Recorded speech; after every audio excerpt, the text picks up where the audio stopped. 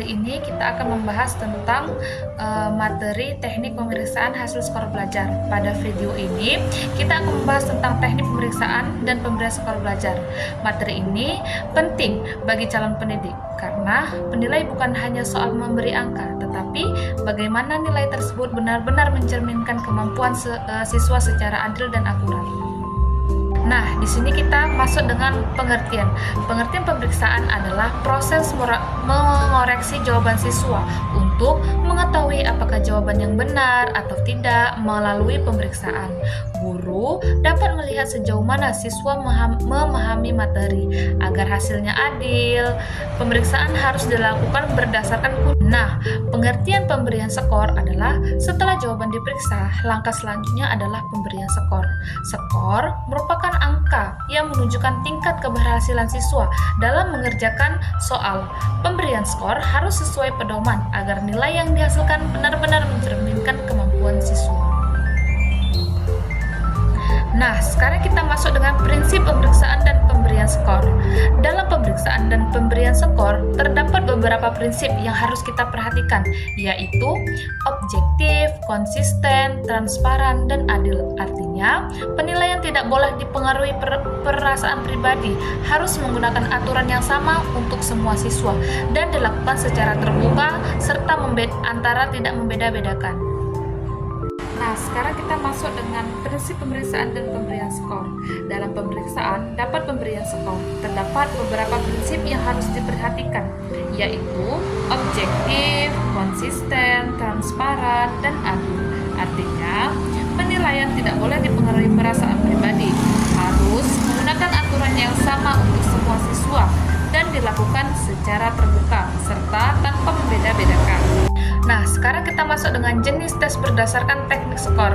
Berdasarkan teknik pemberian skor, tes dibedakan menjadi dua tes, yaitu tes objektif dan tes subjektif. Tes objektif yaitu memiliki jawaban pasti benar atau salah, sedangkan tes subjektif yaitu seperti soal uraian, membutuhkan penilaian berdasarkan kualitas jawaban siswa. Nah, sekarang kita masuk dengan teknik pemeriksaan tes objektif. Tes objektif relatif mudah diperiksa karena jawaban sudah pasti. Pemeriksaan dapat dilakukan secara manual menggunakan kunci jawaban atau dengan bantuan alat koreksi karena tidak memerlukan penafsiran hasil pemeriksaan tes objektif atau cenderung lebih dari objektif. Nah, sekarang kita masuk dengan teknik pemberian skor tes objektif. Pemberian skor pada tes objektif dilakukan dengan menghitung jumlah jawaban yang benar. Skor tersebut kemudian dibagi dengan jumlah soal dan dikalikan 100 atau mendapatkan nilai akhir. Cara ini sederhana, cepat, dan mudah kita pahami. Nah, sekarang kita masuk dengan teknik pemberian skor tes uraian. Dalam tes uraian, setiap soal memiliki skor maksimal. Guru memberikan skor sesuai dengan kualitas jawaban siswa. Jika jawaban belum lengkap, maka skor yang diberikan juga tidak penuh. Penilaian ini harus dilakukan secara adil dan konsisten. Nah, di sini kita akan membahas tentang konversi skor ke nilai. Skor yang diperoleh siswa kemudian dikonversi menjadi nilai dengan skala 0 sampai 100. Nilai ini memudahkan guru dan menilai pencapaian siswa dan membandingkannya dengan kriteria dan ketuntasan minimal atau KKM.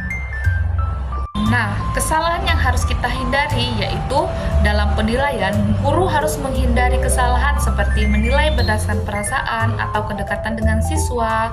Penilaian juga tidak boleh berbeda antara satu siswa dengan siswa lainnya tanpa alasan yang jelas.